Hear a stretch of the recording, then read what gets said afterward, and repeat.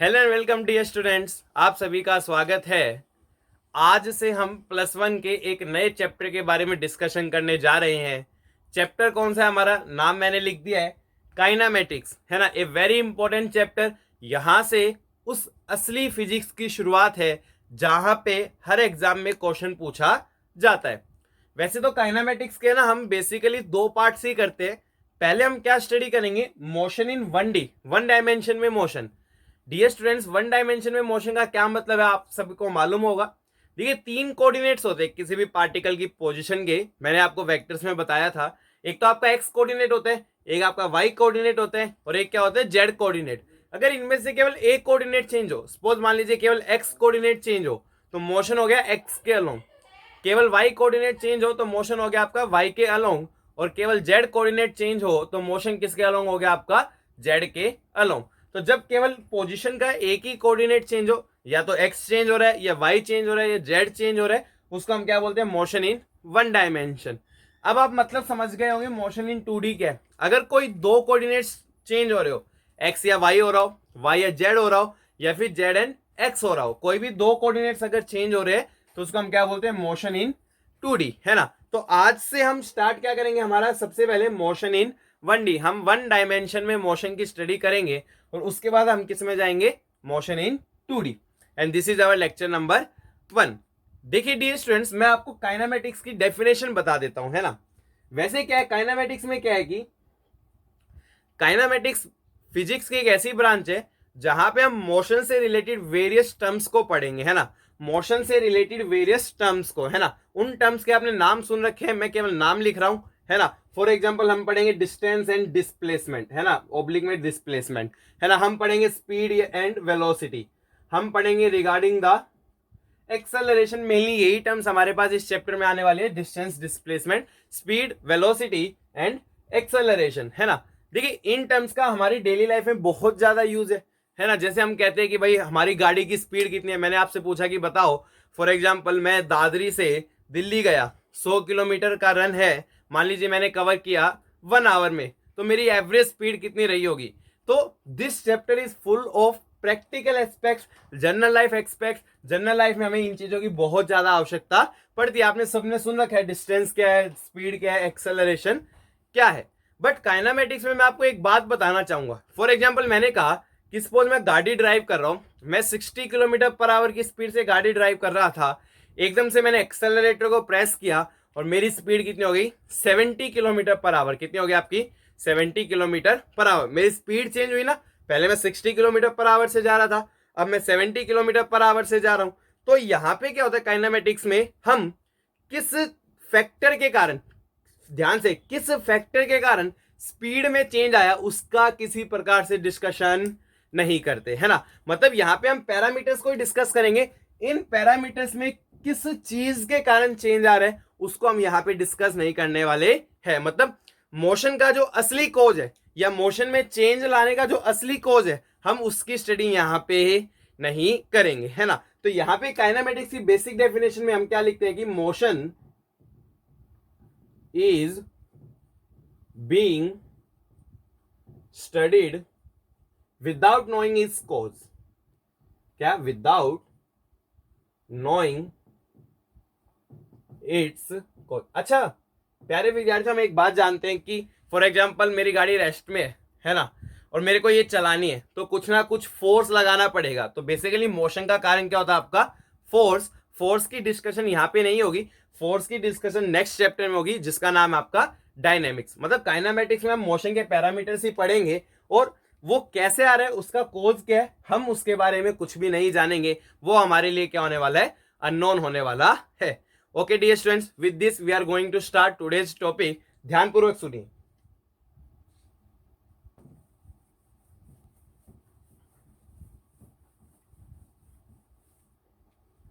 देखिए dear student, सबसे पहली और सबसे इंपॉर्टेंट टर्म जो हम डिस्कस करने जा रहे हैं, that is rest and motion. अच्छा मैं पहले बता दूं, ये वो चैप्टर है जिसका इंट्रोडक्टरी पार्ट आप 9th क्लास में पढ़ लेते हैं। तो हो सकता है बहुत सारे बच्चों ने वहां पे ये पढ़ लिया हो, फिर भी यहाँ पे आपको इस लेक्चर में काफी कुछ नया मिलने वाला है जो 9th क्लास में मिल पाने की कोई संभावना नहीं है तो आपको लास्ट तक ये वीडियो देखनी है। लास्ट में हम एक बहुत इंपॉर्टेंट कॉन्सेप्ट को डिस्कस करेंगे, एवरेज स्पीड पे अच्छे से सवाल होंगे, और उसके बाद हमारे होंगी instantaneous velocity, that is very very very very important to understand, है ना। तो ध्यानपूर्वक सुनिए। सबसे पहले टर्म को मैं डिस्कस कर रहा हूं, दैट इज, आप सभी जानते हैं रेस्ट एंड मोशन। क्या आपका रेस्ट एंड मोशन, है ना। देखिए सिंपल सी बात है, रेस्ट एंड मोशन की डेफिनेशन क्या है। सबसे पहले मैं आपको याद दिला दूं, वेक्टर में मैंने आपको पोजीशन के बारे में बताया था कि मान लीजिए सपोज ये मेरा एक्स एक्सिस है, ये वाई एक्सिस है और ये जेड एक्सिस है। कोई भी पॉइंट है जिसके कोऑर्डिनेट क्या है, X comma Y comma Z. मैं इसकी पोजीशन कैसे लिखता हूं, ओरिजिन के रेफरेंस में, ओरिजिन से लिखता हूं। आर वेक्टर क्या है, पोजीशन वेक्टर, और आर वेक्टर को मैं कैसे लिखता हूं, एक्स आई कैप प्लस वाई जे कैप प्लस जेड के कैप। इस तरीके से मैं क्या लिखता हूं, आर वेक्टर। ये क्या आपका पोजीशन वेक्टर, है ना। देखिए किसी ऑब्जेक्ट को रेस्ट में कब कहेंगे, जब उसकी पोजीशन चेंज ना हो विद रिस्पेक्ट टू टाइम। मतलब 1 मिनट बाद भी वही है, 10 मिनट बाद भी वही है, 15 मिनट बाद भी वही है। तो रेस्ट क्या होगा आपका, if object does not change its position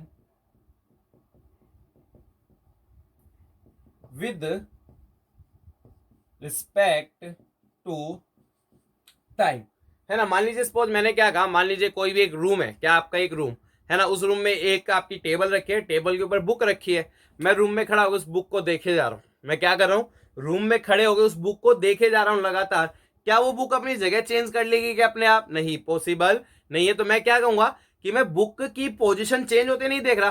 भाई बुक टेबल पे जा रखी थी, वहीं पे रखी रहने वाली है, उसकी पोजीशन तो चेंज नहीं हो रही। तो वो बुक किस में हो गई, आपकी रेस्ट में हो गई। Object does not change is position with respect to time, है ना। चलिए भाई बहुत बढ़िया। तो अगर मैं कमरे में खड़े होकर टेबल पे रखी हुई बुक को देखूं तो वो मेरे को किस में नजर आने वाली है, रेस्ट में नजर आने वाली है। सिमिलरली मोशन में क्या है, अगर चेंज हो, इफ चेंज अकर्स, अगर पोजीशन में चेंज हो तो उसको हम क्या कहते हैं, अपना ऑब्जेक्ट किसमें, मोशन में, है ना। मैं वही से एक एग्जांपल देता हूं, है ना।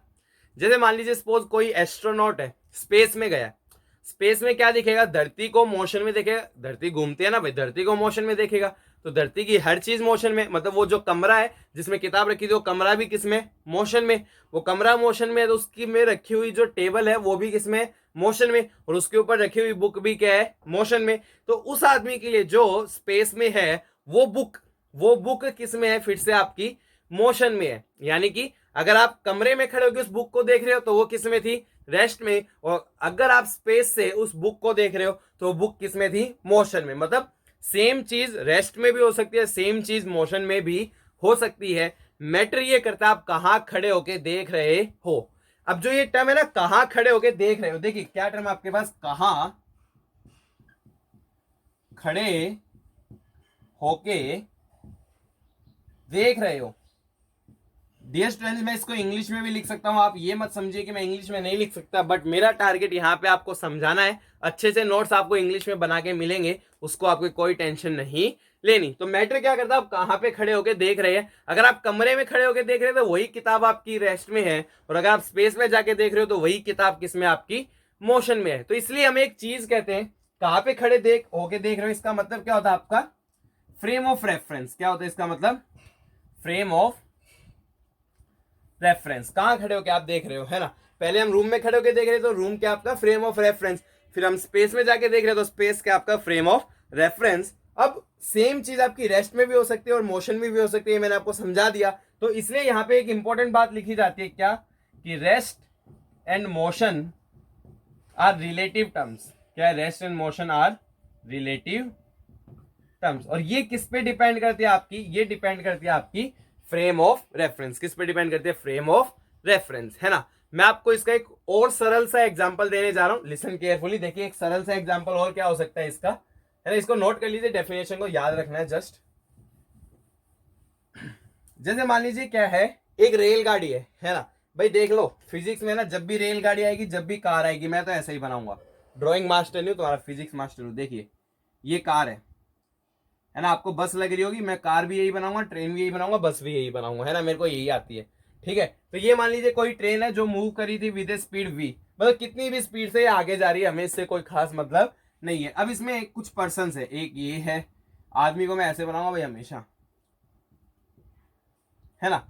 जैसे मान लीजिए मैंने क्या बोला कि ये आदमी ए है, ये बी है, ट्रेन की सीट पे दोनों बैठे, ए और बी बैठे, और ये जो अपना सी है ना ये बाहर खड़ा है, या फिर यहां मान लो यहां खड़ा है, पार कर चुकी है इसको ट्रेन, सी यहां खड़ा है, ठीक है। मैं कर रहा हूं बी का मोशन ऑब्जर्व, किसका मोशन ऑब्जर्व कर रहा हूं, B.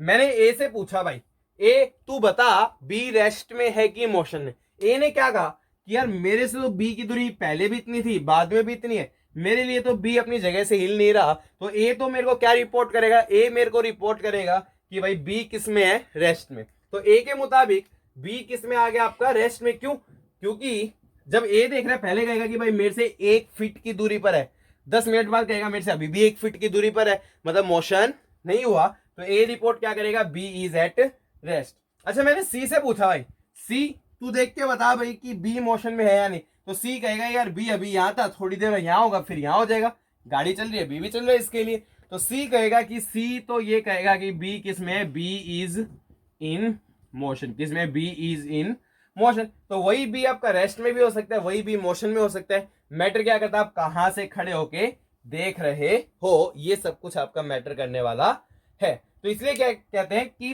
Rest and motion relative terms है, वो किस पे डिपेंड करेगा, फ्रेम ऑफ रेफरेंस, ए के फ्रेम में बी रेस्ट में, सी के फ्रेम में बी किस में हो गया, मोशन में। तो it is very easy to understand. Okay dear students, please pause your video and note this down. चलिए अब हम नेक्स्ट टर्म की ओर बढ़ेंगे।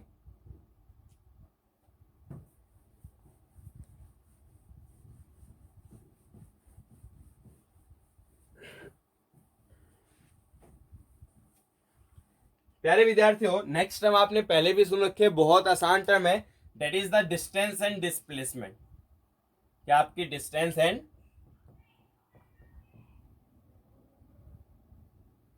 डिस्प्लेसमेंट।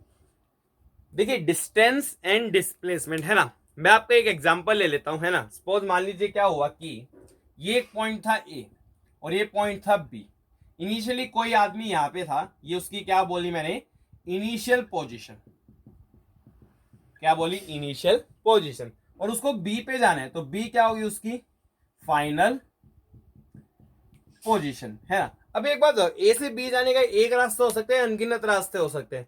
ऑब्वियसली ए से बी जाने के बहुत सारे रास्ते हो सकते हैं। मान लीजिए एक रास्ता ये हो गया, एक रास्ता बिल्कुल सीधा हो गया, और एक रास्ता ये हो गया, है ना। ये बोला मैंने रास्ता नंबर 1, ये बोला मैंने रास्ता नंबर 2, और ये बोला मैंने रास्ता नंबर 3, है ना। अच्छा इस ऊपर वाले रास्ते की लंबाई बोली मैंने 16 मीटर, इसकी बोली मैंने 10 मीटर, और इसकी बोली मैंने 12 मीटर, है ना। तो ये जो डिस्टेंस है ये क्या होता है भाई आपका, एक्चुअल में जितना पाथ ट्रेवल किया है, एक्चुअल में जितना पाथ ट्रेवल किया वो क्या कहलाता है, डिस्टेंस। अगर जो आदमी है वो पहले पाथ से जाएगा तो उसका डिस्टेंस कितना हो जाएगा, 16 मीटर, क्योंकि इसकी पाथ लेंथ कितनी है, 16 मीटर।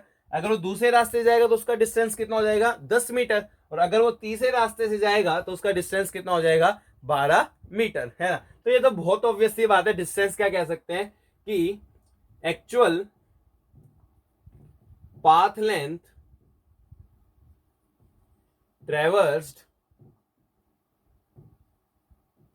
by a बॉडी या पार्टिकल बोल लो, कुछ भी बोल लो, जो एक्चुअल पाथ लेंथ ट्रेवर्स्ड है या ट्रेवल्ड, इसको ट्रेवर्स्ड बोल सकते हैं, ट्रेवल्ड भी बोल सकते हैं, कितना चला बाय ए पार्टिकल, उसको हम क्या कहते हैं, डिस्टेंस। मतलब अगर वो पहले रास्ते से जाएगा तो उसका डिस्टेंस कितना हो गया, 16 मीटर, दूसरे रास्ते से जाएगा तो डिस्टेंस कितना हो गया, 10 मीटर, तीसरे रास्ते से जाएगा तो डिस्टेंस कितना हो गया आपका, 12 मीटर, है ना। तो अलग अलग पाथ के लिए अलग अलग डिस्टेंस होने वाला है, आपको ये बात ध्यान होनी चाहिए कि अलग अलग पाथ के लिए डिस्टेंस क्या होगा आपका, अलग अलग होने वाला है ना। सेकेंडली अब जो मेन बात आती है वो आती है डिस्प्लेसमेंट। अच्छा डिस्टेंस के बारे में थोड़ी बातें बता दूं, एक ही बात बता रहा हूं, फिर मैं दोनों को कंबाइन बताऊंगा, डिस्टेंस और डिस्प्लेसमेंट को। डिस्टेंस कैसी क्वांटिटी है, स्केलर क्वांटिटी। कैसी क्वांटिटी आपकी, स्केलर क्वांटिटी, इसके साथ किसी प्रकार की कोई डायरेक्शन एसोसिएटेड नहीं है ना। अब मेन कहानी आती है आपकी डिस्प्लेसमेंट। किसकी कहानी आती है आपकी, डिस्प्लेसमेंट। देखिए listen to me very carefully. Displacement एक ऐसी चीज है जो केवल 2 पैरामीटर्स पे डिपेंड करती है। आपकी इनिशियल पोजीशन क्या है और आपकी फाइनल पोजीशन क्या है। आपने बीच में क्या रास्ता लिया है, कैसे आप गए हो, इस बात पे बिल्कुल भी डिपेंड नहीं करती। तो डिस्प्लेसमेंट एक ऐसी चीज है जो किस पे डिपेंड करेगी, initial position and final position, है ना। मैं आपको एक बात बता दूं, डिस्प्लेसमेंट कैसी क्वांटिटी होती है आपकी, वेक्टर क्वांटिटी। कैसी क्वांटिटी होती है, वेक्टर क्वांटिटी। अब दिक्कत क्या है भाई, वेक्टर क्वांटिटी में दो चीजें होंगी, वेक्टर क्वांटिटी में मैग्नीट्यूड भी होगा और वेक्टर क्वांटिटी में डायरेक्शन भी होने वाली है। तो इसका जो मैग्नीट्यूड हो ना, डिस्प्लेसमेंट का मैग्नीट्यूड, वो किसके बराबर होता है, आप इनिशियल और फाइनल पोजीशन को एक सीधी लाइन से ज्वाइन कीजिए, डायरेक्ट ज्वाइन कीजिए इनिशियल और फाइनल पोजीशन को, जो उसकी लेंथ है वो डिस्प्लेसमेंट का क्या होगा, मैग्नीट्यूड। क्या होगा आपका मैग्नीट्यूड। तो मैं यहां पूछूं डिस्प्लेसमेंट का मैग्नीट्यूड कितना है, तो आप क्या करोगे, इनिशियल पोजीशन और फाइनल पोजीशन को एक सीधी लाइन से जोड़ा, सीधी लाइन की लंबाई कितने 10 मीटर, तो डिस्प्लेसमेंट का मैग्नीट्यूड भी कितना हो जाएगा आपका 10 मीटर होने वाला है। तो हम क्या लिख सकते हैं, जो मैग्नीट्यूड है वो यहाँ पे कितना होगा आपका 10 मीटर, या फिर प्रिसाइजली क्या लिख सकते हैं कि इनिशियल पोजीशन और फाइनल पोजीशन के बीच का जो मिनिमम सेपरेशन है, क्या आपका मिनिमम सेपरेशन। अरे भाई ये सीधी लाइन ही तो मिनिमम सेपरेशन है ना, ये वाला तो 16 मीटर है, ये 12, और ये क्या आपका मिनिमम सेपरेशन। या फिर इनिशियल और फाइनल पोजीशन के बीच जो मिनिमम डिस्टेंस है, यहाँ मिनिमम डिस्टेंस कितना आपका 10 मीटर, वही क्या आपका डिस्प्लेसमेंट। तो हम क्या लिख सकते हैं, डिस्प्लेसमेंट क्या होता है कि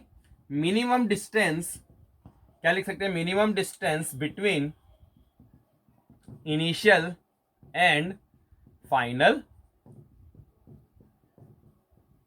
पोजीशन। तो प्यारे विद्यार्थी याद ये रखना है, डिस्प्लेसमेंट कैसे निकालेंगे, इनिशियल और फाइनल को सीधी लाइन से जोड़ो, उस लाइन की जो लंबाई है वही क्या होगा आपका डिस्प्लेसमेंट। वर्ड्स में हम ऐसे लिख सकते हैं कि जो मिनिमम डिस्टेंस होगा between initial and final position. अच्छा डायरेक्शन भी तो होगी ना, ये डायरेक्शन कहां से कहां होगी भाई, ये डायरेक्शन हमेशा होती है आपकी इनिशियल पोजीशन से फाइनल पोजीशन। तो डायरेक्शन कहां से कहां होगी आपकी, इनिशियल पोजीशन से लेके कहां पे, फाइनल पोजीशन, है ना। तो जो डायरेक्शन है ना इनिशियल से फाइनल, मतलब initial A B final B है, तो ये क्या हो गया आपकी डिस्प्लेसमेंट की डायरेक्शन, कहां से कहां, इनिशियल से लेके फाइनल तक। तो ये बात आपको सदैव याद होनी चाहिए। अच्छा इसकी डेफिनेशन है ना पोजीशन की टर्म्स में भी लिख सकते हैं, क्योंकि भाई मैंने क्या बोला, डिस्प्लेसमेंट इनिशियल पोजीशन और फाइनल पोजीशन पे डिपेंड करता है। तो इसको हम कैसे लिख सकते हैं, फाइनल पोजीशन मतलब R final minus R initial, ये क्या होगा आपका डिस्प्लेसमेंट। तो डिस्प्लेसमेंट को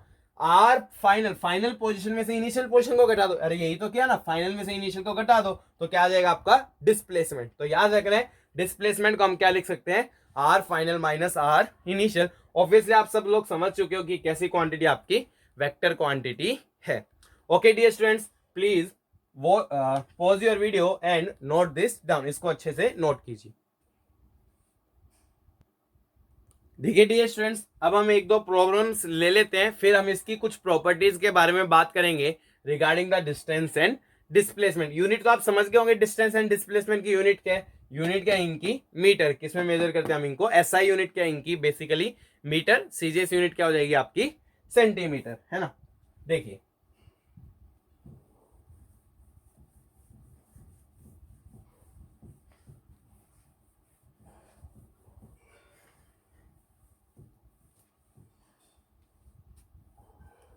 देखिए सिंपल सा एग्जांपल ले रहे हैं पहले, है ना। मेरे को पता है आप में से अधिकतर मॉर्निंग वॉक नहीं करते होंगे, कोई आदमी था वो मॉर्निंग वॉक कर रहा था, है ना। मेरी रिक्वेस्ट है थोड़ी बहुत एक्सरसाइज मॉर्निंग में जरूर कीजिए, it will keep you healthy in this pandemic, है ना।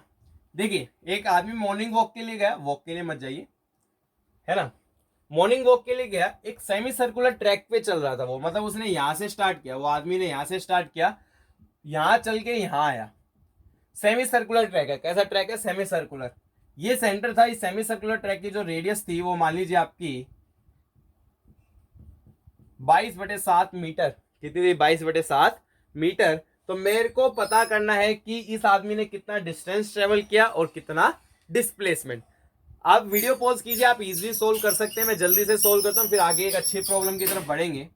अगर मैं बात करूं डिस्टेंस, देखिए अगर ये पूरा सर्कल होता तो डिस्टेंस कितना होता 2πr, पूरे सर्कल की सर्कमफेरेंस कितनी होती 2πr, बट ये तो आधा है, आधे की कितनी होगी आपकी पाई इंटू आर। अच्छा पाई को क्या लिख सकते हैं हम, पाई को लिख सकते हैं 22/7, अरे यार गलत दिख गया, आप इसको लिख लीजिए 7/22 मीटर, कोई फर्क नहीं पड़ता। आर कितनी हो गई आपकी 7/22, तो ये कितना आ गया आपका 1 मीटर, यानी कि पार्टिकल ने कितना डिस्टेंस ट्रेवल किया आपका सॉरी 1 मीटर, है ना। अच्छा डिस्प्लेसमेंट बोलिए, ले भाई डिस्प्लेसमेंट कैसे निकालते हैं, इनिशियल और फाइनल पोजीशन को ज्वाइन कीजिए। मैंने क्या किया, ये भाई मेरे को पता चल गया कि ये इनिशियल पोजीशन है, ये फाइनल पोजीशन, मैंने इनिशियल से फाइनल पोजीशन को क्या किया, ज्वाइन। अब इसकी लेंथ कितनी होगी, ये आर है, ये आर है, इसकी लेंथ किसके बराबर होगी 2r, तो ये मैग्नीट्यूड है 2r, 2r किसके बराबर 7/22, तो ये कितना आ गया आपका 7/11 मीटर। अच्छा डायरेक्शन कहां से कहां होगी, इनिशियल से फाइनल, मतलब ये पॉइंट ए मान लिया, ये पॉइंट बी मान लिया, तो डायरेक्शन कहां से कहां होगी आपकी ए से बी, डायरेक्शन जरूरी है विद डिस्प्लेसमेंट, है ना। अच्छा एक बात बताइए, यहाँ पे कौन सी चीज ज्यादा है, डिस्टेंस ज्यादा है कि डिस्प्लेसमेंट। देखिए ये वैल्यू 1 से कम है और ये 1 के बराबर है, ऑब्वियसली आपका डिस्टेंस ज्यादा है एज कंपेयर टू डिस्प्लेसमेंट, है ना। डिस्प्लेसमेंट का मैग्नीट्यूड 7/11 है, डिस्टेंस का कितना आपका 1, तो डिस्टेंस ज्यादा है एज कंपेयर टू डिस्प्लेसमेंट, है ना। Okay dear students, please pause your video and note this down. अब हम एक थोड़ा सा अच्छा सवाल करेंगे, देखिए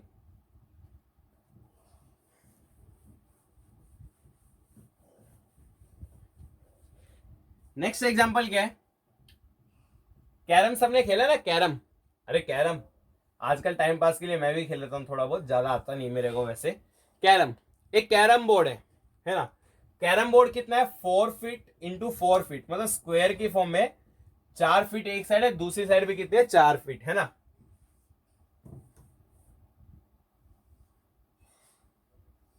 तो ये अपना कैरम हो गया, है ना। ये साइड भी आपकी 4 फीट है और ये वाली साइड भी कितनी है आपकी 4 फीट। सेंटर में रानी है भाई, हर किसी का टारगेट होता है कि रानी को लेके आए। तो यहां पे एक कैरम किंग था, उसने क्या किया कि यहां किसी लाइन से, यहां किसी बेस लाइन से इस क्वीन को हिट किया, ये गई और टकरा के पीछे वाले होल में आ गई। क्या हुआ, यहां से किसी ने मान लीजिए, ये मान लीजिए आपका स्ट्राइकर है, स्ट्राइकर से इसको हिट किया, इस प्रकार से हिट किया कि ये गई और टकरा के वापिस इस वाले कोने में आ गई और जीत हो गई, है ना। तो ये आपका सवाल है ना। तो ये आपकी क्वीन है, क्वीन को हिट किया, ये मान लीजिए आपका फ्रंट एज, ये वाली जो है एज, इसको मैंने क्या बोला फ्रंट एज, और ये क्या हो गया आपका बैक एज, ठीक है। आपको यहां पे कुछ बातें बतानी है ना। पहली बात क्या बतानी है आपको, कि आपको बताना है displacement from centre to front edge, या displacement from centre to front edge. Second आपको बताना है कि displacement from front edge to back edge. और थर्ड आपको क्या बताना है इसमें, थर्ड बताना आपको displacement from centre to back edge, है ना। मैं कुछ नामकरण संस्कार कर देता हूं, ये पॉइंट मान लीजिए ओ है, ये पॉइंट मान लीजिए ए है, ये बी। अब देखिए क्या पूछा, displacement from centre to front edge, centre से फ्रंट एज कितना चला आपका ओ ए, तो आपका डिस्प्लेसमेंट आपका ओ ए, मतलब यहां पे क्या निकालना आपको ओ ए। अच्छा displacement from front edge to back edge, front edge से बैक एज कितना चला आपका ए बी, तो आपको कितना निकालना है ए बी।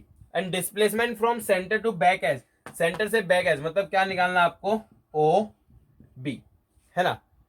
ध्यान से सोचिए, सोल्व करने की कोशिश कीजिए। देखिए एक अच्छा सवाल है, मैं बहुत ज्यादा आसान से इलस्ट्रेशन ले सकता हूं, वो सारे इलस्ट्रेशन ले सकता हूं जो आपने 9th क्लास में लिए, बट उनको यहां करने का कोई फायदा नहीं है। मैं जानता हूं आप सब लोग वो कर सकते हैं, तो यहाँ पे हम +1 के लेवल के इलस्ट्रेशन लेने वाले हैं। बहुत ही आसान इलस्ट्रेशन है, जरा सी टिग्नोमेट्री आपको आनी चाहिए, आप इस सवाल को बड़े आराम से कर सकते हो।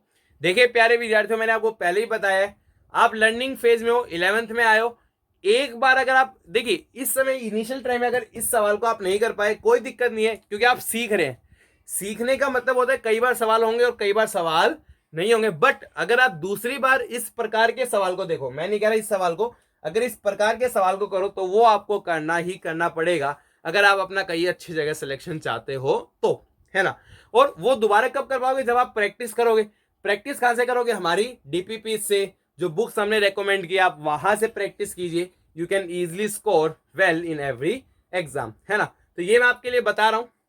अब देखिए इस सवाल को करते हैं है ना। आपने ट्राई किया होगा, पॉज करके थोड़ा ट्राई तो कर लो भाई, है ना। पॉज करो, ट्राई कर लो। चलिए देखते हैं अब हम करते हैं इस सवाल को। देखिए सवाल क्या है, बहुत आसान है। यहां पे एक सिंपल सा नियम लगना है, थोड़ा सा अच्छा डायग्राम।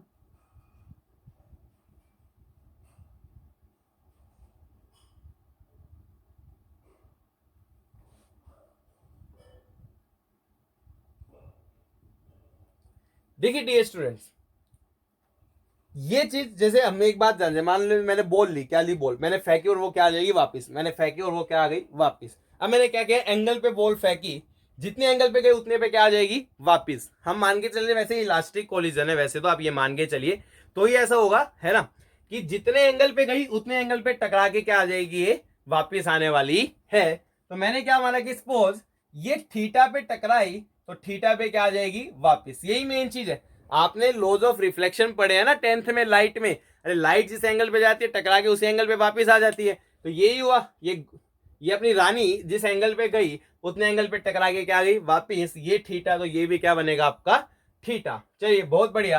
पहला टारगेट है मेरा टू फाइंड द थीटा। उसके लिए मैंने क्या करा, इसको सी बोल दिया और इसको बोल दिया डी। अच्छा ट्रायंगल ओएसी सबको दिख रहा है ना। ओएसी में मैं आपको बोल रहा हूं आप टेन थीटा निकाल लीजिए। टेन थीटा क्या था, परपेंडिकुलर बाय बेस, सामने परपेंडिकुलर क्या गया ओसी, और ये बेस कितना है भाई आपका सी ए। अच्छा ये सी ए कितना होगा, देखिए ये आधा है, सेंटर से डिस्टेंस क्या आधा, आधा डिस्टेंस कितना होगा, पूरा 4 फीट है, आधा कितना होगा आपका 2 फीट। तो ओसी बाय 2, तो यहां से अपना ओसी कितना आ गया आपका 2 tan थीटा, है ना। अच्छा उसके बाद देख लीजिए इन ट्रायंगल, कौन सा triangle, A B D, again निकाल लीजिए टेन थीटा, क्या आएगा भाई, परपेंडिकुलर बाय बेस, थीटा के सामने परपेंडिकुलर क्या हो गया बी डी, और बेस कितना हो गया आपका ए डी। अच्छा ये ए डी तो पूरा है ना, पूरा कितना आपका 4 फीट, तो इसको इधर ले जाइए, तो आपका बी डी कितना आ जाता है यहां से 4 tan थीटा। इसमें आपको कोई समस्या नहीं होनी चाहिए, ठीक है। मैं कह रहा हूं ओसी और बीडी को जोड़ दो। देखिए ये आपका ओसी है, ये बीडी, अगर ओसी और बीडी को जोड़ दूंगा तो ये होगा, ये अगेन आधा है और ये कितने के बराबर है 2 फीट, है ना। तो मैंने क्या किया, ओसी प्लस बीडी कितना आएगा, ओसी प्लस बीडी 2 tan थीटा और 4 tan थीटा कितना हो गया 6 tan थीटा। और हकीकत में तो ये ओसी प्लस बीडी कितने के बराबर है, आधा है ना, तो ये कितना 2 फीट, तो 2 बराबर 6 tan थीटा। यहां से अगर मैं सोल्व करूं तो डियर स्टूडेंट्स tan थीटा कितना आ रहा है आपका 1/3, कितना आ रहा है tan थीटा 1/3। तो इस प्रकार से पहले मैंने इस सवाल में क्या निकाला है, यहाँ पे tan थीटा निकाला है 1/3। आप एक बार नोट कर लीजिए क्योंकि मेरे को ये इरेज करना पड़ेगा और फिर मैं आपको आगे ये क्वेश्चन समझा दूंगा। वैसे इधर कर भी सकते हैं, इरेज करने की जरूरत नहीं। देखिए tan थीटा कितना है 1/3। अब मेरा टारगेट क्या है, ओ ए निकालना है ना। तो ओ ए है ना, इसके लिए सबसे पहले मैं क्या कर लेता हूं, मैं निकाल लेता हूं कोस थीटा निकाल लेता हूं, क्योंकि मैंने सोचा कोस लगाऊंगा बेस बाय हाइपोटेन्यूज से आ जाएगा, है ना। तो मेरे पास tan थीटा है। डियर स्टूडेंट्स मैंने आपको ट्रिग्नोमेट्री में बताया था tan थीटा 1/3 का क्या मतलब, परपेंडिकुलर क्या मान लो 1 और बेस क्या मान लो 3, तो 1 और बेस क्या हो गया 3। अच्छा पाइथागोरस तो आती है ना, पाइथागोरस लगाओ, तो पाइथागोरस से कितना आ जाएगा आपका √10, perpendicular square plus base square. बोलो भाई कोस थीटा कितना आपका यहां से 3/√10 बेस बाय हाइपोटेन्यूज ना। अब आ जाओ इन ट्रायंगल एओसी, किसमें आ जाओ इन ट्रायंगल ओएसी, कोस थीटा निकालो। कोस थीटा क्या आएगा, बेस बाय हाइपोटेन्यूज, थीटा ये परपेंडिकुलर हो गया, बेस कितना हो गया आपका एसी, और ये हाइपोटेन्यूज कितना हो गया ओए, ओए तो निकालना है, ओए आ गया। अच्छा एसी, एसी कितना है, एसी देखो अभी बताया था, यहां भी लिखा था कि एसी कितना आपका 2 divide by cos theta, cos theta क्या 3 और ये √10 कहां चला गया ऊपर इन फीट। तो आपका जो ओ है वो कितना आ रहा है आपका 2/3 √10 फीट, मतलब कि displacement from centre to front edge कितना होने वाला आपका 2/3 √10 फीट। सिमिलरली आप क्या निकाल सकते हो डियर स्टूडेंट्स, आप ए बी भी निकाल सकते हो। Okay pause your video and now note this down. देखिए मैं इरेज कर रहा हूं, है ना, इधर का मैं इरेज कर रहा हूं, मेरे को याद है ये सब। tan थीटा 1/3 कोस थीटा 3/√10, है ना। आइए प्यारे विद्यार्थियों दूसरा पार्ट देखते हैं, खुद कर सकते हो अब तो। अगेन मैंने लगाया cos theta base by hypotenuse, सामने वाला परपेंडिकुलर, बेस हो गया एडी, हाइपोटेन्यूज हो गया ए बी, तो मेरे को तो ए बी निकालना, ए बी ऊपर ले गया, एडी, एडी कितना भाई यहां से लेके यहाँ, ये 4 by cos theta, cos theta क्या आपका 3/√10 and this will B answer in feet. तो आपका फ्रंट एज से लेके बैक एज तक डिस्प्लेसमेंट कितना आ रहा है 4/3√10 फीट। तीसरा बहुत आसान है भाई, ओ भी निकालना है। अरे डायगोनल का आधा है ना, अरे यार देखो ये ना ओ और ये बी डायगोनल का आधा है, तो डायगोनल पूरा डायगोनल कैसे निकालोगे, ये 4 फीट, ये 4 फीट, अगेन आप पाइथागोरस लगाओ तो ये कितना आएगा 4√2 फीट पूरा आएगा, जबकि ये आधा है, आधा कितना हो जाएगा, इसका आधा मतलब 2√2 फीट। मतलब कि सेंटर से लेके बैक एज तक आपका डिस्प्लेसमेंट कितना है dear students 2√2 feet. This will be the your answer. Okay dear students, please pause your video and note this down. एक अच्छी प्रॉब्लम है, मैंने आपको पहले बताया, पहले अटेम्प्ट में ना कर पाओ घबराना नहीं है, घबराना तब है जब आप दूसरे अटेम्प्ट में ना कर पाओ, और दूसरे अटेम्प्ट में कब कर पाओगे, जब आप इसको ढंग से रिवाइज करोगे और क्वेश्चंस की प्रैक्टिस करोगे। Okay dear students, please pause your video and note this down. देखिए आगे समझते हैं।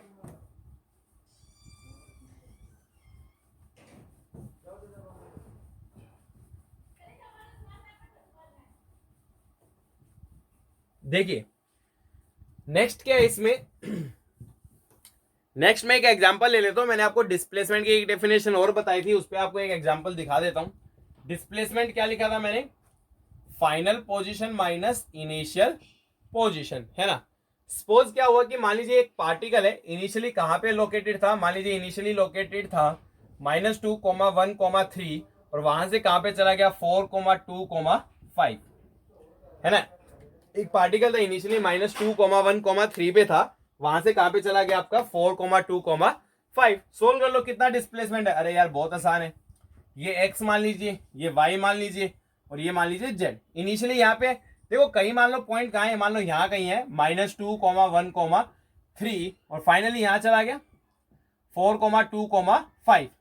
सबसे पहले क्या निकालूंगा, फाइनल पोजीशन वेक्टर। तरीका बता रखा है भाई तुम्हें, फाइनल पोजीशन वेक्टर निकालो। तो r फाइनल कितना आएगा, x में कितना है 4 तो हो गया 4i कैप, y में कितना है 2 तो +2 j कैप और z में कितना है 5 +5 k कैप। अच्छा इनिशियल निकालो। अरे बोलो भाई कितना इनिशियल, ये रहा इनिशियल सर, बहुत बढ़िया, सब समझ में आ रहा है, बहुत बढ़िया। आर इनिशियल -2i कैप है ना, +j कैप +3 k कैप, ये हो गया आपका।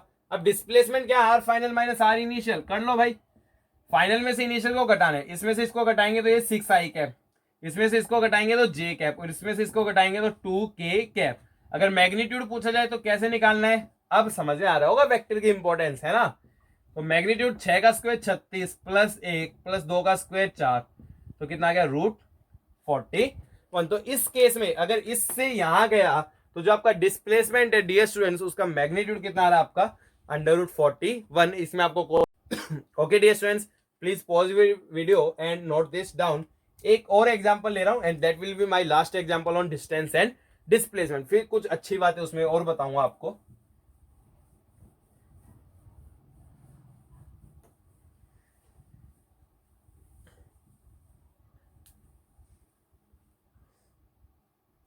देखिए listen to me very carefully.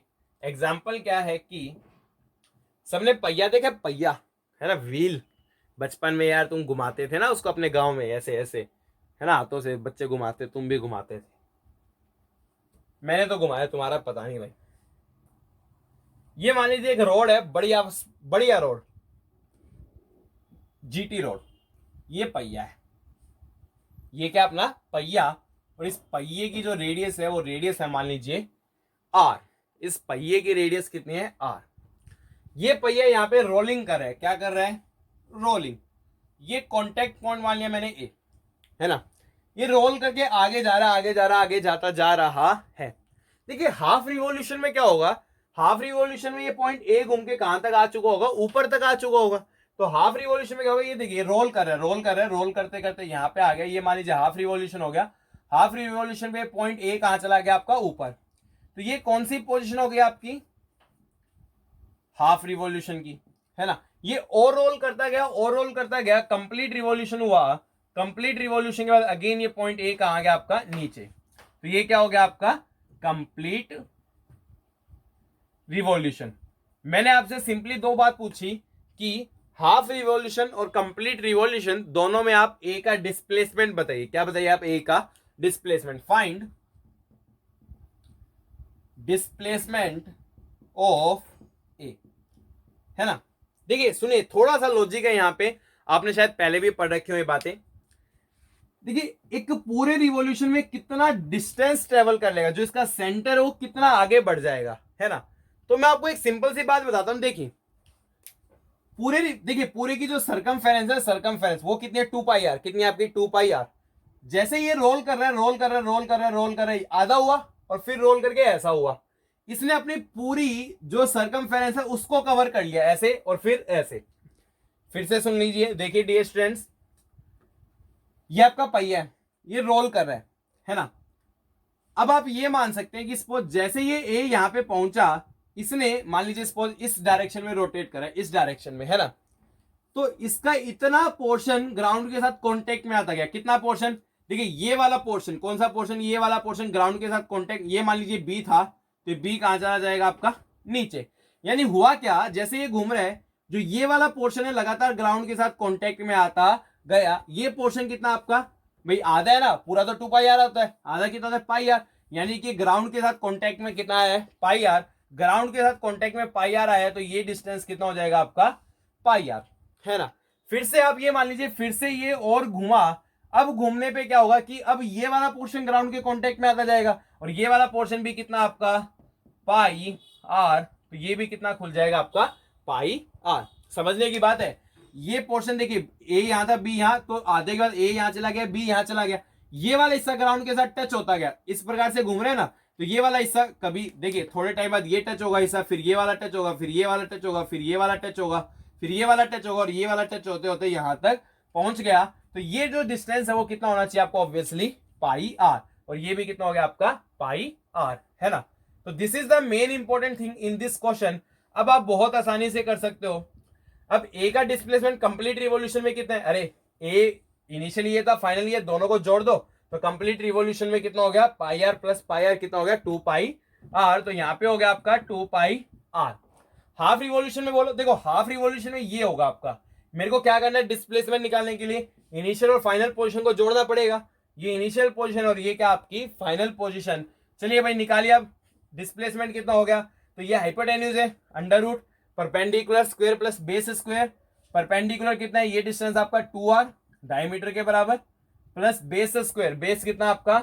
Pi R, उसका स्क्वायर, आर को बाहर ले लीजिए तो under root pi square plus 4। तो इस प्रकार से आप डिस्प्लेसमेंट निकाल सकते हो जब आपका पहिया रोल करे। क्या करे? पहिया आपका रोल करे। Again a very good illustration in distance and displacement. Okay dear students, आप अपने वीडियो को पॉज कीजिए, इसको नोट कीजिए। ये लास्ट एग्जांपल था डिस्टेंस एंड डिस्प्लेसमेंट में। अब मैं उसके कुछ पॉइंट्स बताता हूं जो अक्सर ऑब्जेक्टिव में पूछे जाते हैं, है ना, और वो लॉजिकल भी है, उनमें कोई समस्या नहीं होनी चाहिए, है ना। देखिए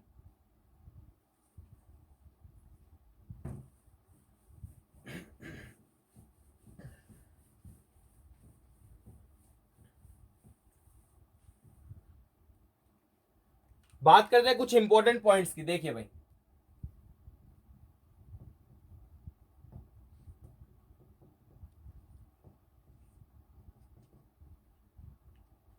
लिसन केयरफुली, इंपॉर्टेंट पॉइंट्स, है ना। अच्छा सबसे पहले मैंने इस आपकी एसआई यूनिट बता दी थी, क्या थी? मीटर। डिस्टेंस आपकी स्केलर क्वांटिटी थी, डिस्प्लेसमेंट वेक्टर। डायमेंशनल फॉर्मूला बहुत ऑब्वियस है, मीटर है तो क्या होगा आपका? एल होगा, उसमें कोई खास बात नहीं है। मैं उससे आगे की बातें करता हूं। फर्स्ट नोट पॉइंट देखिए, सबसे पहली बात, अगर आपका पार्टिकल स्ट्रेट लाइन में मूव कर रहा है विदाउट टेकिंग एनी टर्न या चेंजिंग डायरेक्शन, एक स्ट्रेट लाइन में जा रहे हैं विदाउट चेंजिंग डायरेक्शन, तो हमेशा डिस्टेंस और डिस्प्लेसमेंट क्या रहेगा? सेम। एक ही केस में सेम हो सकता है कि जब पार्टिकल स्ट्रेट लाइन में चले विदाउट चेंजिंग द डायरेक्शन। तो एक ही केस है जब मैग्नीट्यूड ऑफ डिस्प्लेसमेंट किसके बराबर होगा आपका? Distance when particle moves in straight line without changing its direction. एक ही केस है, डिस्टेंस और डिस्प्लेसमेंट सेम होंगे कब, when particle moves in a straight line without changing its direction. Example दे देता हूं, जैसे मान लीजिए सपोज क्या हुआ कि ये पॉइंट ए था, ये पॉइंट बी था, दोनों के बीच में डिस्टेंस था 5 मीटर, ये पॉइंट सी हो गया और ये डिस्टेंस मान लीजिए कितना आपका 2 मीटर, है ना। अगर मान लीजिए मैंने बोला कि पार्टिकल गया ए से बी, कहां से कहां गया, ए से बी, बताओ डिस्टेंस कितना है, तो आप बोल दोगे ए से बी जाने 5 मीटर चलना पड़ा, डिस्टेंस कितना है 5। बताओ डिस्प्लेसमेंट कितना है, तो इनिशियल और फाइनल को जोड़ा है वो भी कितना आपका 5। तो ए से बी जाने में तो डिस्टेंस और डिस्प्लेसमेंट सेम है, कितना आपका 5 मीटर, है ना। मेरा सवाल ये है कि ए से बी गया और फिर बी से कहां गया सी, डिस्टेंस बोलो।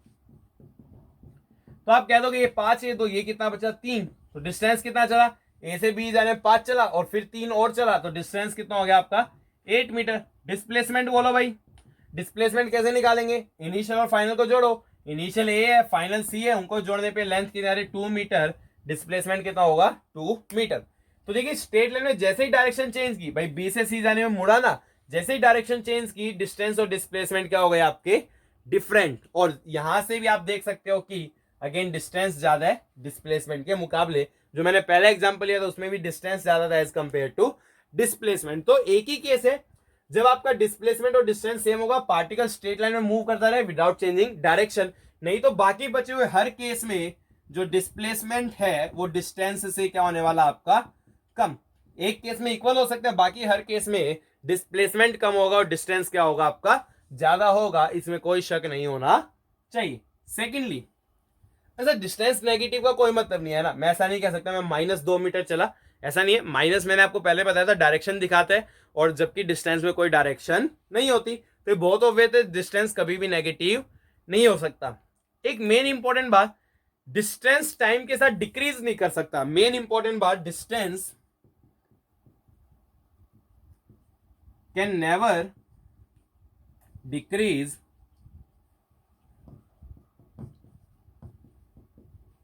With time. टाइम के साथ डिस्टेंस कभी भी डिक्रीज नहीं कर सकता, ये पॉसिबल ही नहीं है। Distance can never decrease with time. देख लीजिए हुआ क्या कि जब ए से बी था तो डिस्टेंस कितना था आपका 5 मीटर, डिस्प्लेसमेंट कितना था आपका 5 मीटर। तो देखिए जैसे जैसे आपका टाइम बढ़ा तो डिस्टेंस आपका बढ़ा ही है, 5 मीटर से 8 मीटर हो गया। ऑब्वियसली अगर आप मान लीजिए 5 मीटर चल पड़े तो ऐसा कभी कह सकते हो कि मैं 4 मीटर चला, पॉसिबल ही नहीं है, घट ही नहीं सकता, है ना। तो डिस्टेंस हमेशा क्या करने वाला है इंक्रीज, जबकि डिस्प्लेसमेंट डिक्रीज कर सकते हैं। 5 मीटर था वो कितना हो गया आपका 2 मीटर, वो डिक्रीज कर सकता है। तो ये बात आपको सदैव याद होनी चाहिए कि distance can never decrease with time. Displacement कर सकते हैं और इस एग्जांपल में कर भी रहा है, उसमें आपको कोई समस्या नहीं होनी चाहिए। तो these are the important points, दो इंपॉर्टेंट पॉइंट है regarding the distance and displacement. Okay dear students, please pause your video and note this down. अब देखिए इसमें हम नेक्स्ट टॉपिक डिस्कस करें, very important, average speed and average velocity. देखिए बहुत ही अच्छा टॉपिक, बहुत ही समझने लायक टॉपिक। देखिए भाई बहुत ही बढ़िया शानदार लेवल का टॉपिक है ना। Average speed and average velocity बहुत आसान है वैसे तो। Average speed and average velocity, देखिए average speed and average velocity में क्या है कि एवरेज स्पीड को हम कैसे डिफाइन करते हैं। एवरेज स्पीड का केवल एक ही फॉर्मूला हमेशा याद रखना है, टोटल डिस्टेंस ट्रेवल्ड। क्या होता है formula, total distance travelled by total time taken. क्या formula dear students, total distance travelled by total time taken. कितना डिस्टेंस ट्रेवल किया बाय टोटल। अच्छा यूनिट क्या होगी, ऐसा यूनिट डिस्टेंस की मीटर होती है, टाइम की सेकंड, तो क्या होगी आपकी मीटर पर सेकंड। अब डिस्टेंस स्केलर क्वांटिटी है तो एवरेज स्पीड भी कैसी क्वांटिटी होगी आपकी, स्केलर क्वांटिटी, उसमें कोई समस्या नहीं होनी चाहिए। साथ में मैं आपको बता के चल रहा हूं एवरेज वेलोसिटी, क्या आपकी एवरेज वेलोसिटी, तो ये वही है वेलोसिटी का रिलेशन आपका डिस्प्लेसमेंट से। तो टोटल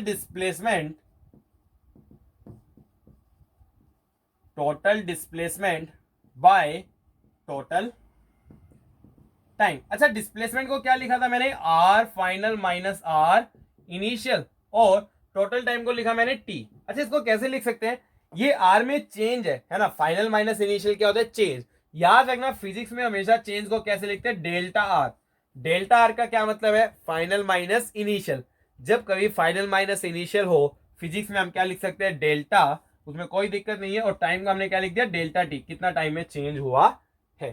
तो ये आपके एवरेज वेलोसिटी, अगर डिनोट करते हैं वी से, इसको वी से, वी एवरेज, तो ये आपकी एवरेज स्पीड होगी। अगर ऊपर वेक्टर लगा दिया तो ये क्या होगी, आपकी एवरेज वेलोसिटी, है ना। तो याद रखना total distance travel by total time taken, और ये क्या हो गया आपका total displacement by total time taken, है ना। अब हम कुछ सवाल करेंगे जो कि मोस्टली शुरू में किस पे बेस होंगे, ऑन द एवरेज स्पीड। तो now listen to me very carefully. देखिए बहुत आसान है, इसमें एग्जांपल से करने, कॉन्सेप्ट कुछ नहीं है। जो डिस्टेंस और डिस्प्लेसमेंट में हमने नोट पॉइंट्स लिखे थे, लास्ट में यहां पे भी हम वो नोट पॉइंट्स लिखने वाले हैं। देखिए बहुत ही शानदार। देखिए सिंपल सा एग्जांपल लिया,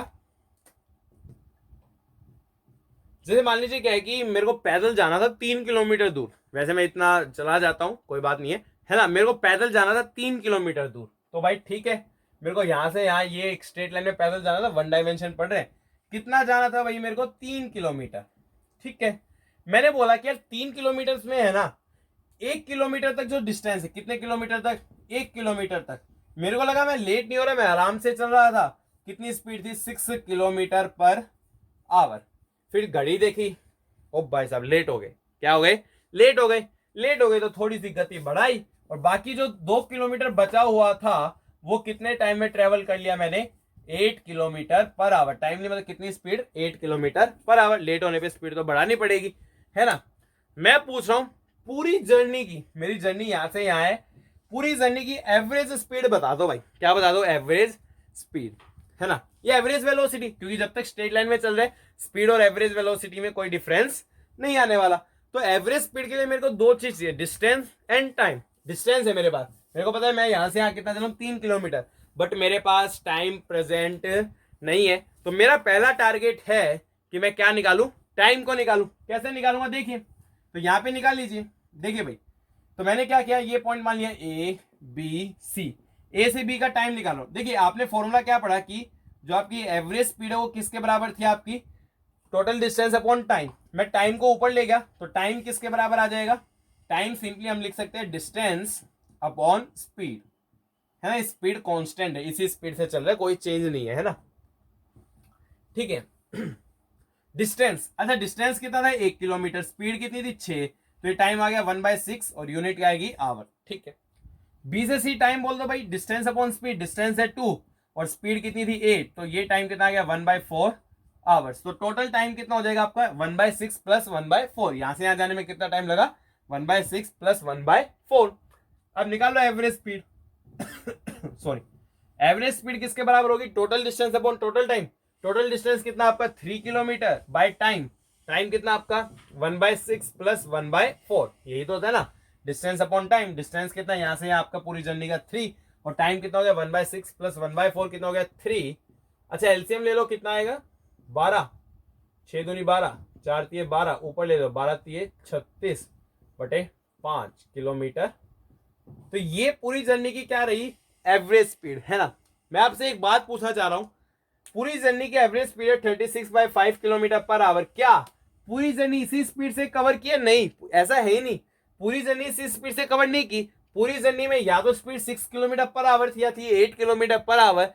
ये स्पीड जर्नी के दौरान कभी भी नहीं थी। तो बहुत सारे बच्चों को गलत फहमी रहती है, ये मान के चलिए कि कोई जरूरी नहीं है कि एवरेज स्पीड से ही वो हमेशा चला हो, वो कभी ही नहीं चला इस एग्जाम्पल में, क्योंकि कभी भी उसकी स्पीड 36/5 किलोमीटर पर आवर नहीं थी, है ना। तो ये आपको क्लैरिटी होनी चाहिए कि जो आपकी एवरेज स्पीड है ना, उससे कोई चले ये कोई आवश्यक बात नहीं है।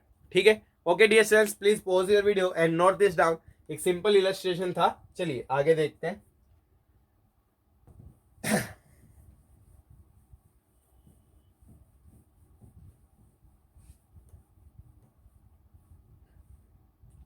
देखिए नेक्स्ट इलस्ट्रेशन थोड़ा अच्छा है ना। मैंने क्या बोला कि एक आदमी को एक शहर से दूसरे शहर जाना था, सिटी ए से सिटी बी। उसने आधा रास्ता जो एक शहर से दूसरे शहर जाने का आधा रास्ता था वो कवर किया V1 स्पीड से, और बाकी आधा रास्ता किससे कवर किया, V2 स्पीड से। तो आपको बतानी है पूरी जर्नी की एवरेज स्पीड कितनी रही होगी, है ना। तो क्वेश्चन क्या मैं लिख देता हूं, थोड़ा सा मैं डायग्राम भी बना देता हूं। ये मान लीजिए क्या था आपका सिटी ए, और ये क्या थी आपकी सिटी बी, ठीक है। आधा रास्ता किसी एक स्पीड से तय किया, बाकी आधा रास्ता किसी अलग स्पीड से। टोटल रास्ता 2x मान लिया, तो ये रास्ता भी x हो गया और ये रास्ता भी कितना हो गया x, आधा ये हो गया और आधा क्या हो गया, ये हो गया। ये वाला आधा रास्ता v1 स्पीड से ट्रेवल किया, ये v2 स्पीड से। Find average speed of the journey, क्या फाइंड करना है, find average speed of journey. क्या फाइंड आउट करना आपको, find average speed of the journey. अरे आसानी से फाइंड आउट कर लेंगे भाई। क्या चाहिए एवरेज स्पीड के लिए, total distance by total time. Distance है x प्लस एक्स 2x हो गया, टाइम चाहिए। चलिए यहाँ पे टाइम निकाल लीजिए, पिछले सवाल जैसा ही। टाइम किसके बराबर था, डिस्टेंस अपॉन स्पीड। डिस्टेंस कितना है x और स्पीड कितनी है v1। यहाँ टाइम बोलिए कितना आएगा, डिस्टेंस है x और स्पीड आपकी v2। बहुत आसानी से हम एवरेज स्पीड निकाल सकते हैं, total distance by total time. यहाँ से यहाँ टोटल डिस्टेंस कितना हो गया आपका 2x, और टाइम कितना हो गया dear students, x by v1 plus x by v2, है ना। अब मैंने क्या किया, ध्यान से देखिएगा, 2x नीचे से मैंने x कॉमन लिया तो क्या बच गया, 1 by v1 plus 1 by v2। x ने x को मार दिया, है ना। अब देखिए ये क्या लिखूंगा मैं, v एवरेज 2, नीचे एलसीएम ले लो, तो एलसीएम कितना आएगा, v1 इंटू में v2, और ये क्या आ जाएगा v2 प्लस v1। ऊपर ले जाओ इसको तो कितना आ जाएगा, 2v1 v2 bye v1 plus v2। Dear students हमेशा ये फॉर्मूला याद रखिए, अक्सर सवाल पूछे जाते इस फॉर्मूले पे।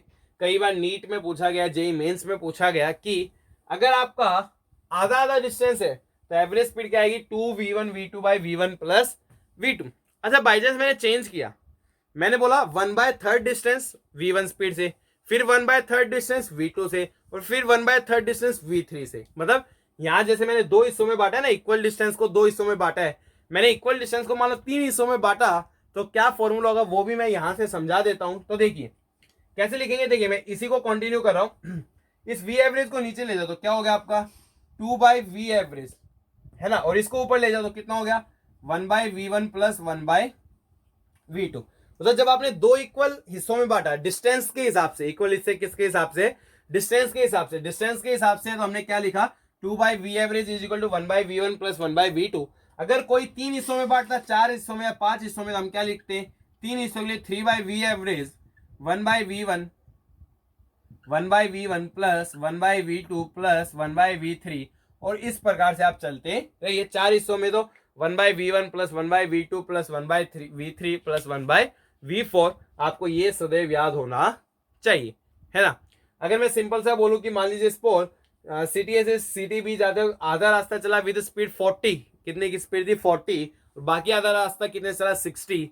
फाइंड एवरेज स्पीड निकालिए, आधा रास्ता चला 40 से, बाकी आधा चला 60 से, फाइंड एवरेज स्पीड। वीडियो को पॉज कीजिए एंड ट्राई टू सोल्व, कुछ खास नहीं है, फॉर्मूला लगाना है बस।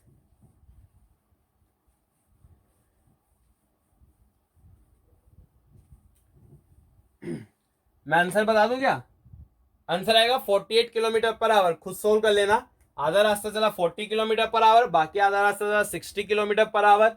एवरेज स्पीड बताइए, आंसर कितना आएगा डियर स्टूडेंट्स आपका 48 किलोमीटर पर आवर, ठीक है। अब देखिए इसमें नेक्स्ट प्रॉब्लम, तो आपको समझ में आना चाहिए जब हम इक्वल डिस्टेंसेज में बांटे तो फॉर्मूला क्या है, 2/v average is equal to 1/v1 plus 1/v2, 3 हिस्से हो तो 3/v average is equal to 1/v1 plus 1/v2 plus 1/v3, है ना। इसके बेस पे एक सिमिलर क्वेश्चन आप ट्राई कर सकते हैं, बहुत आसान है। देखिए किस प्रकार से वो सवाल है।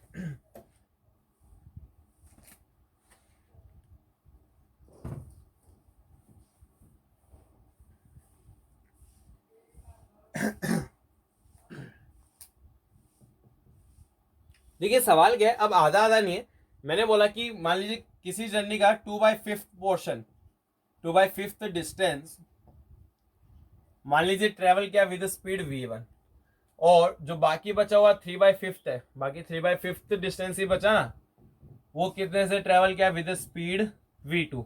फाइंड एवरेज स्पीड, आधा आधा नहीं है, 2/5 डिस्टेंस v1 से, और 3/5 जो बच गया वो किससे ट्रेवल किया उसने v2 से फाइंड एवरेज स्पीड। देखिए जनरल प्रोसीजर सेम आप जनरल प्रोसीजर से कर लीजिए, कोई खास फर्क नहीं पड़ेगा। ट्रिक भी है पर उतनी छोटी ट्रिक नहीं है, आप जनरल प्रोसीजर से भी कर सकते हो। टोटल डिस्टेंस कितना मान लीजिए टोटल डिस्टेंस है x। अब 2/5 डिस्टेंस, 2/5 डिस्टेंस का मतलब 2/5x, ये कितनी स्पीड से ट्रेवल किया v1। अब क्या बचा 3/5x, 3/5x कितने से ट्रेवल किया विद v2, है ना। तो ये याद रखिए 2/5x v1 से और 3/5x v2 से। अब टोटल डिस्टेंस है, टाइम निकालो। टाइम क्या होता है, डिस्टेंस अपॉन स्पीड। डिस्टेंस है 2x/5 और स्पीड होगी v1। यहाँ का टाइम निकालो, डिस्टेंस अपॉन स्पीड। डिस्टेंस है 3x और 3x/5 और v2 है। और एवरेज स्पीड कैसे आएगी, total distance upon total time. हाँ भाई, यहां से यहां तक टोटल डिस्टेंस कितना है आपका x और टोटल टाइम कितना है, इसको जोड़ दो तो टोटल टाइम हो गया आपका 2x/5v1 प्लस 3x/5v2। x को कॉमन लेके काट दोगे तो कितना बचेगा 1/2/5v1 प्लस 3/5v2, है ना। एलसीएम लोगे तो कितना आएगा आपका, ऑब्वियसली 5v1v2 सॉरी 1 एलसीएम लोगे तो 5v1v2 ये आएगा आपका 2v2 प्लस 3v1। इसको ऊपर ले जाओ तो कितना आ जाएगा आपका 5v1v2 upon 3v1 plus 2v2, है ना। तो इस प्रकार से आप एवरेज स्पीड निकाल सकते हो। कितना आंसर आ रहा है 5v1v2 bye 3v1 plus 2v2, है ना। ट्रिक बता दूं, चलो कई क्वेश्चन में काम आ जाएगी, वैसे ट्रिक बता देता हूं। देखिए 1/5 का सवाल है, किसका सवाल है 1/5, है ना। तो मैंने पूरे डिस्टेंस को 5 हिस्सों में बांटा, 2 हिस्से इसमें आ जाएंगे, 3 हिस्से इसमें आ जाएंगे, क्योंकि 2/5 पोर्शन ही है, 3/5 पोर्शन ही है। मैंने 5 हिस्सों में बांटा। ये हिस्सा v1 स्पीड से है, ये हिस्सा भी v1 स्पीड से, बट ये हिस्सा कितनी स्पीड से v2, ये हिस्सा भी कितनी स्पीड से v2 और ये हिस्सा भी कितनी स्पीड से v2। अब जब 5 है तो फॉर्मूले में क्या लगाओगे 5/v एवरेज, है ना, इज इक्वल टू 1/v1। दूसरे में भी कितने 1/v1, अच्छा तीसरे में भी कितने आपकी 1/v2, चौथे में 1/v2 और पांचवे में 1/v2। सोल्व कर लो, सेम आंसर आएगा, यानी इसको सोल्व कर सकते हो। 2/v1 और 3/v2 एलसीएम ले लो, v1 v2 मैं सीधा सोल्व कर रहा हूं, 2v2 प्लस 3v1, है ना, 5/v एवरेज। अब यहां से निकालो v एवरेज, क्या आने वाला आपका सेम आंसर आने वाला है। तो आप इस ट्रिक से भी कर सकते हो। अब मैं इसको ट्रिक भी बोल सकता हूं, पर कहने को ये कोई ट्रिक नहीं है, कोई खास इसमें टाइम आप सेव नहीं कर पाएंगे, है ना। लोग कहते हैं ये ट्रिक है, कई फैकल्टीज कहेंगे अपनी वीडियो में ये ट्रिक है। डियर स्टूडेंट्स ये कोई ट्रिक नहीं है ना। अगर आप जेई नीट की प्रिपरेशन कर रहे हो तो इन ट्रिक्स को भूल जाओ, आपको इन ट्रिक्स की आवश्यकता ही नहीं है। आपको ये बेसिक प्रोसीजर ध्यान रखना चाहिए, उसमें कोई आपका बहुत ज्यादा टाइम लगने वाला नहीं है। इस प्रकार की ट्रिक्स आप याद रख लो, कोई दिक्कत नहीं है, but I will still suggest कि आप प्रोसेस को याद रखिए, है ना। किसको याद रखिए, प्रोसेस को, क्योंकि अगर सवाल में कुछ माइनर से चेंजेस आते हैं और अगर आपको प्रोसेस याद है तो भी आप हर सवाल को कर पाओगे। बट अगर आपको ट्रिक याद है तो अगर माइनर चेंज आया तो कई बार वो सवाल नहीं होगा। जब मैंने अपनी प्रिपरेशन की, मैंने कभी भी ट्रिक याद करने की कोशिश नहीं की, मैंने हमेशा प्रोसीजर को समझा। किसको समझा, मैंने हमेशा प्रोसीजर को, और मेरे को काफी अच्छे मार्क्स मिले, है ना। तो ये आपके लिए, आपको प्रोसीजर समझना जरूरी है, आपको बेसिक्स आना चाहिए। हाँ ट्रिक याद रहे तो कोई बुराई नहीं है। Okay dear students, please pause your video and note this down.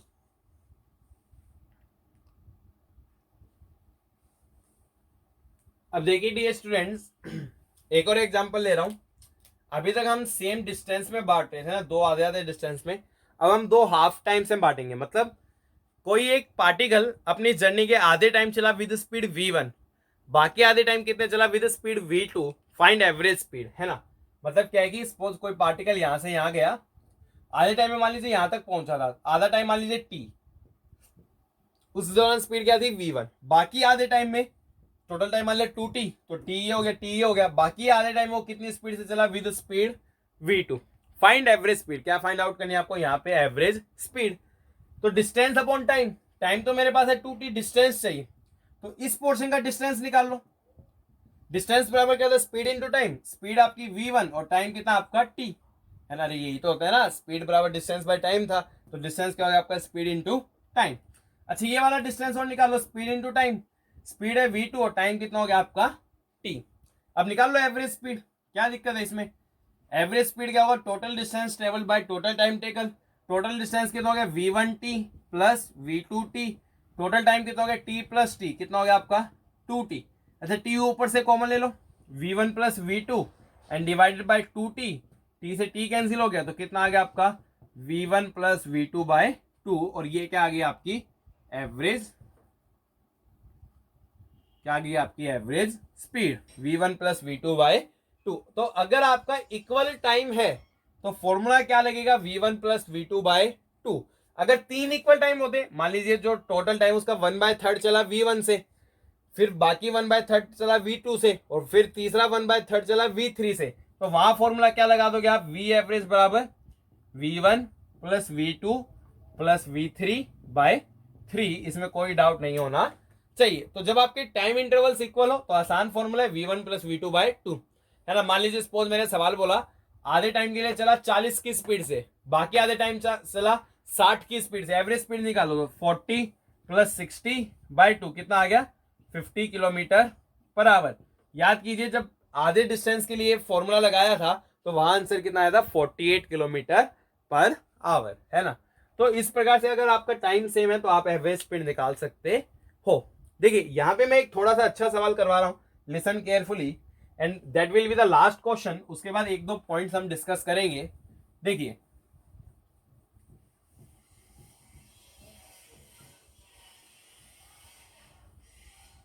Dear students, मान लीजिए सवाल क्या कहता है कि कोई एक आपका पार्टिकल है, जर्नी कर रहा है सिटी ए से सिटी बी, आधा डिस्टेंस, मान लीजिए टोटल डिस्टेंस 2x था, आधा डिस्टेंस चला वो स्पीड v1। अच्छा मैं आपको एक बात बता देता हूं, मैं यहां पे क्वेश्चंस की स्टेटमेंट नहीं लिख रहा हूं और मैं आपको सीधा डायग्राम बना के दे रहा हूं। बिलीव मी डियर स्टूडेंट्स, अगर आपने फिजिक्स में क्वेश्चन देके डायग्राम बनाना सीख लिया 50% सवाल आपका वही हो गया। 50% सवाल फिर से सुन लीजिए, अगर आपने क्वेश्चन देख के डायग्राम बना लिया तो फिजिक्स में 50% सवाल वही हो गया। बिना डायग्राम बनाए फिजिक्स में कोई सवाल करने की कोशिश कभी मत कीजिए, क्वेश्चन देके डायग्राम बनाने की कोशिश कीजिए। अगर आपने डायग्राम बना लिया तो 50% सवाल आपका वही हो गया। इसीलिए आपको जरूरी कि आप डीपीपीज कीजिए। मैं यहाँ पे स्टेटमेंट नहीं लिख रहा हूं, डायग्राम बना दे रहा हूं। डीपीपीज में स्टेटमेंट्स होंगी, डायग्राम्स आपको खुद फ्रेम करने पड़ेंगे, आपको इंग्लिश समझनी पड़ेगी और फिर आपको वहां से डायग्राम बनाना पड़ेगा। उसमें बहुत सारे स्टूडेंट्स को मैंने गलती करते हुए देखा है, इसलिए डायग्राम कभी भी डायग्राम पे पहले मत जाइए, सॉल्यूशन में डायग्राम मत देखिए, खुद से डायग्राम फ्रेम करने की कोशिश कीजिए। आपको क्वेश्चन देख के डायग्राम बनाना आना चाहिए। तो मैंने आपको यहां बोल दिया कि जो आपका आधा डिस्टेंस है ना, मान लीजिए टोटल डिस्टेंस था x, आधा डिस्टेंस कितनी स्पीड से चला विद स्पीड v1। जो बाकी आधा डिस्टेंस है ना उसमें आधे टाइम के लिए, बाकी जो आधा डिस्टेंस था ना इन नेक्स्ट हाफ डिस्टेंस, मैं लिख देता हूं in next half distance particle travels with speed v1 for half time and with speed v2 for next half time।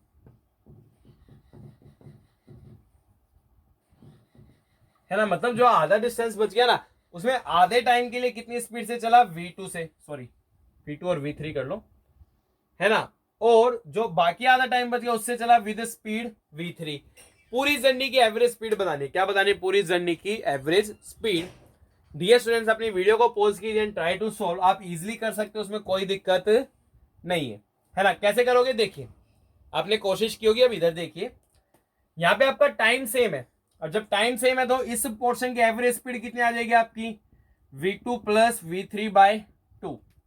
ठीक है, अब मैंने ये और ये पोर्शन किया, इन पोर्शंस में क्या सेम, आपका डिस्टेंस सेम है, और डिस्टेंस सेम हो तो v एवरेज का फॉर्मूला क्या था 2 v1 v2 की जगह क्या आपका v2 plus v3 by 2 divided by v1 plus v2 की जगह क्या आपका v2 plus v3 by 2। Dear students अभी तक जो फॉर्मूलाज पढ़े उसका कॉम्बिनेशन है, पहले आपका टाइम सेम था तो वो वाला फॉर्मूला लगाया, अब इस और इस पोर्शन में आपका डिस्टेंस सेम है तो हमने कौन सा फॉर्मूला लगाया जो हमने पढ़ा था, 2v1v2 bye v1 plus v2। तो 2v1v2 की जगह आपकी ये वाली स्पीड है v2 plus v3 by 2 and v1 plus v2। आप इसको सोल्व करोगे तो वहां से क्या आ जाएगी डियर स्टूडेंट्स, आपकी एवरेज स्पीड आप इजीली निकाल सकते हो। इस प्रकार के सवाल मैंने डीपीपीज में डाले, आपको जरूर सोल्व करने हैं। Okay dear students, please pause your video and note this down.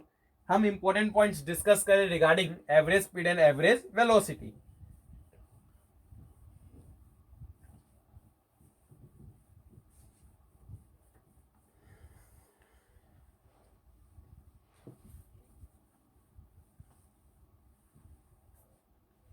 देखिए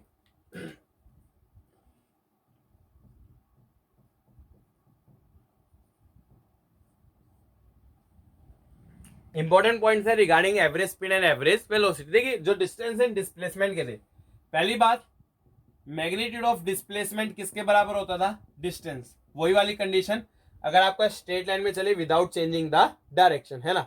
वहीं से मान लीजिए सपोज आपने इसको टाइम से डिवाइड कर दिया, इसको भी टाइम से डिवाइड कर दिया, तो ये क्या बन गया, मैग्नीट्यूड ऑफ एवरेज वेलोसिटी, है ना।